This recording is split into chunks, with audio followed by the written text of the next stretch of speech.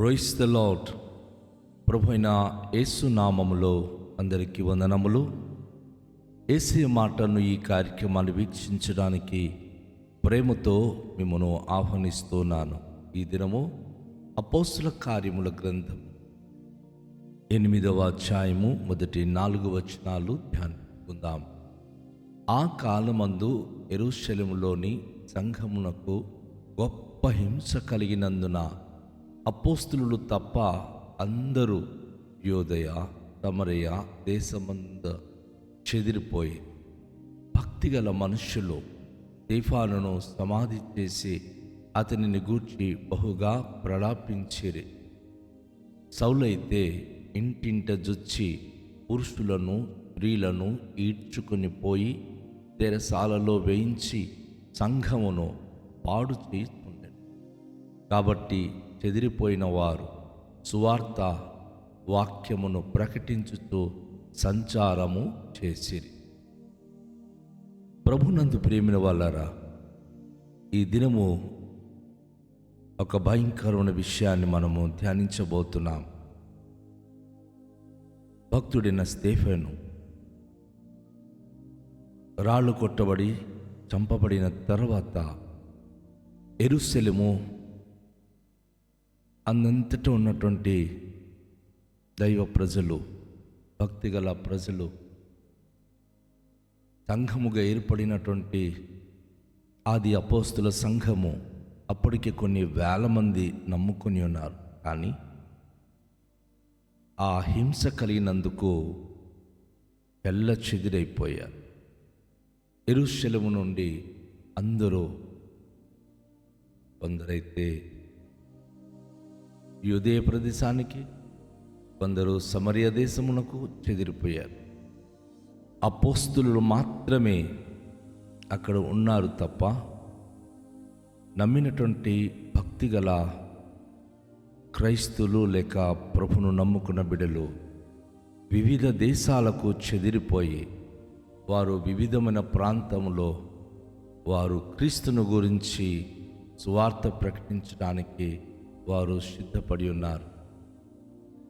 చంపబడినటువంటి స్తెఫాను తను ప్రభు కొరకు అద్భుతమైన సాక్ష్యము చెప్పి ప్రభువైన యేసుక్రీస్తు వారి గురించి ధర్మశాస్త్రములో ఉన్న మాటలను వివరించినప్పుడు వాస్తవానికి స్తెఫాను ప్రభువైన యేసుక్రీస్తు ఎవరు అనేది నొక్కి తెలియచేసినప్పుడు మత్సరముతో నిండుకున్నటువంటి ఈ మత ఛాందస్వాదులు ఆయనను రాళ్లతో చావుగొట్టారు. అయితే ఆ భయంకర హింసకాండం చూసిన ప్రజలందరూ చెదిరిపోయారు. ప్రియ సహోదరి సహోదరుడా, క్రైస్తువులకి శ్రమలు అనేది విస్తారంగా వస్తుందనేది వాస్తవమే కావచ్చు. కానీ ఒక క్రైస్తవ బిడ్డ దేవుని యొక్క వాక్యములో అద్భుతమైన ఆశీర్వాదానికి వారసులన్న సంగతి మర్చిపోకూడదు. ఈ భక్తి కలిగినటువంటి ఈ ప్రజలు యెరూషలేములో నేను ఉండిపోతే ప్రపంచమంతా ఎప్పుడు క్రైస్తత్వం అనేది వ్యాప్తి చెందుతుంది. కనుక అక్కడ హింసలు మొదలైనప్పుడు అందరు వివిధ దేశాలకు చెదిరిపోయినప్పుడు వారు ఏ దేశానికి వెళ్ళినా ప్రతి చోటున వారు ప్రభువైన యేసుక్రీస్తు వారి యొక్క సువార్త ప్రకటిస్తూ అద్భుతమైనటువంటి దేవుని యొక్క సాక్షులుగా నిలబడ్డారు. ఎందుకంటే వారు కళ్ళారా చూశారు. దేవుని పేరిట అపోస్తలులు కానీ స్తెఫాను కానీ మహత్ కార్యములు చేయట, అద్భుత కార్యములు, సూచక క్రియలు చేయట వారు చూచారు. ఎక్కడైతే సువార్త ప్రకటింపబడుతుందో దాని వెనువెంట మహత్కార్యములు, అద్భుత కార్యములు అనేది ఖచ్చితంగా చోటు చేసుకుంటుంది. యెరూషలేములోనే భక్తి గల వారందరూ ఒకే చోట ఉండడం ద్వారా క్రీస్తు రాజ్యము వ్యాప్తి చెందదు కదా. అందుకని చెప్పి కేవలం అపోస్తలులు మాత్రమే యెరూషలేములో ఉంటూ నమ్ముకున్న భక్తి గల వారందరూ వారి చేత చావడం ఎందుకు, వేరే ప్రదేశాలకు వెళ్ళిపోదామని వివిధ దేశాలకు ఎదిరిపోయి ప్రభు యొక్క సాక్షులుగా వారు వార్త ప్రకటించే క్రమంలో ముందుకు సాగిపోయారు. ఉదాహరణగా ఒక మాట నేను చెప్పాలని ఆశపడుతున్నాను. ధాన్యము పంట పండించే ప్రతి రైతులు వారు ఒక సమయం వచ్చినప్పుడు వారు ఏం చేస్తారు, ఒక ఆకుమడి అని చెప్పి ఒక పొలము సేద్యపరిచి అందులో ధాన్యము విత్తనాలు వేస్తారు. ఆ విత్తనాలు మొలిచిన తర్వాత దానిని తీసి మొత్తం వారి యొక్క పొలాలన్నిటిలో ఈ విత్తనాలు వేసిన మడిలోని ఆకుమడిలోని ఆకులని తీసి వారు ఉడుస్తూ ఉంటారు.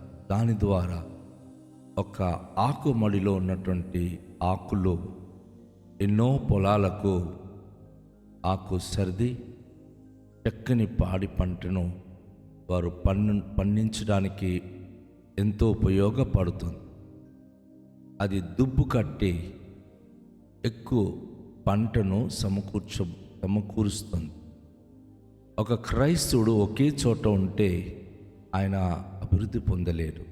శ్రమలు రావాలి, కష్టాలు రావాలి, బాధలు రావాలి. తను ఒక చోటి నుండి మరొక చోటికి ఆయన వెళ్ళగలగాలి. అప్పుడే తను ఎక్కువగా అభివృద్ధి పొందడానికి అవకాశం ఉంటుంది. తను ఎక్కువగా ఫలించడానికి అవకాశము కలుగుతుంది. ఒక చోటి గనుక ఉండిపోతే అది దుబ్బు కట్టదు. క్రైస్తవ విశ్వాసానికి కూడా ప్రభువారు చేసిన అద్భుతమైనటువంటి పని అది. ఒకే చోట భక్తి గల వారు ఉంటే సంఘం అభివృద్ధి పొందదు.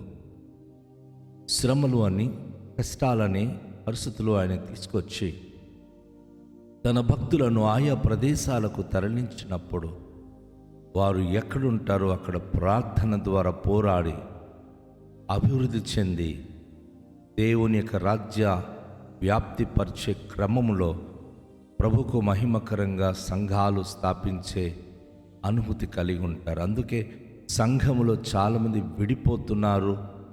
ఆ సంఘము మంచిది కాదు, సంఘ కాపరి మంచుడు కాదని అనుకోకూడదు. ఇలా వ్యాప్తి చెందుట ద్వారా అనేక మంది ప్రజలు సంఘాలు స్థాపించి అనేక ప్రాంతంలో ప్రభుకు మహిమకరంగా ఉజ్జింపబడగలరు. అది దేవునికి మహిమగల కార్యము. అయితే ఒకరికొకరు పడక ఒకవేళ గనుక విరుద్ధ భావంతో సంఘాలు స్థాపిస్తే, విశ్వాసములు గనుక లోపించిపోయి వ్యతిరేకతతో చేస్తే అభివృద్ధి అనేది ఉండదు. ఇక్కడ సౌలు అనే వ్యక్తి ఆయన ఆ సమయంలో స్టెఫెను చనిపోయిన తర్వాత భయంకరమైన కిరాతకుడుగా మారిపోయి ఆయన భక్తిగల క్రైస్తుల కాల్లోనికి చొరబడి పురుషులనేమి స్త్రీలనేమి ఈడ్చుకొని పోయి చెరసాలలో వేస్తూ సంఘమును పాడు చేస్తున్నటువంటి క్రమములో ఆయన ముందడుగు వేసి ఆయన అనేక మందికి బాధించే పరిస్థితుల్లో ఆయన వెళుతున్నాడు. ప్రియ దేవుని బిడలారా, ఆయన జీవితంలో ఆయన సంఘాన్ని హింసించి ఆయన అనేక విధాలుగా ప్రజలకు భయకంపితులుగా చేసి కృంగదీస్తున్నటువంటి పని ఈ సౌలు అనే వ్యక్తి తను చేస్తూ ఉన్నాడు. కాబట్టి చెదిరిపోతున్నటువంటి ఈ ప్రజలు యెరూషలేమైతే విడిచిపెడుతున్నారు, కానీ దేవుని వారు విడిచిపెట్టట. తమ ఇల్లు వాకిలైతే విడిచిపెడుతున్నారు, కానీ ప్రభు సన్నిధి వారు విడిచిపెట్టట. వారు ఏ ప్రాంతానికి వెళ్ళినా, ఏ గ్రామానికి వెళ్ళినా, ఏ ప్రజల మధ్యకి వెళ్ళినా సువార్త ప్రకటించడం అనేది అద్భుతంగా వారు చేస్తున్నారు.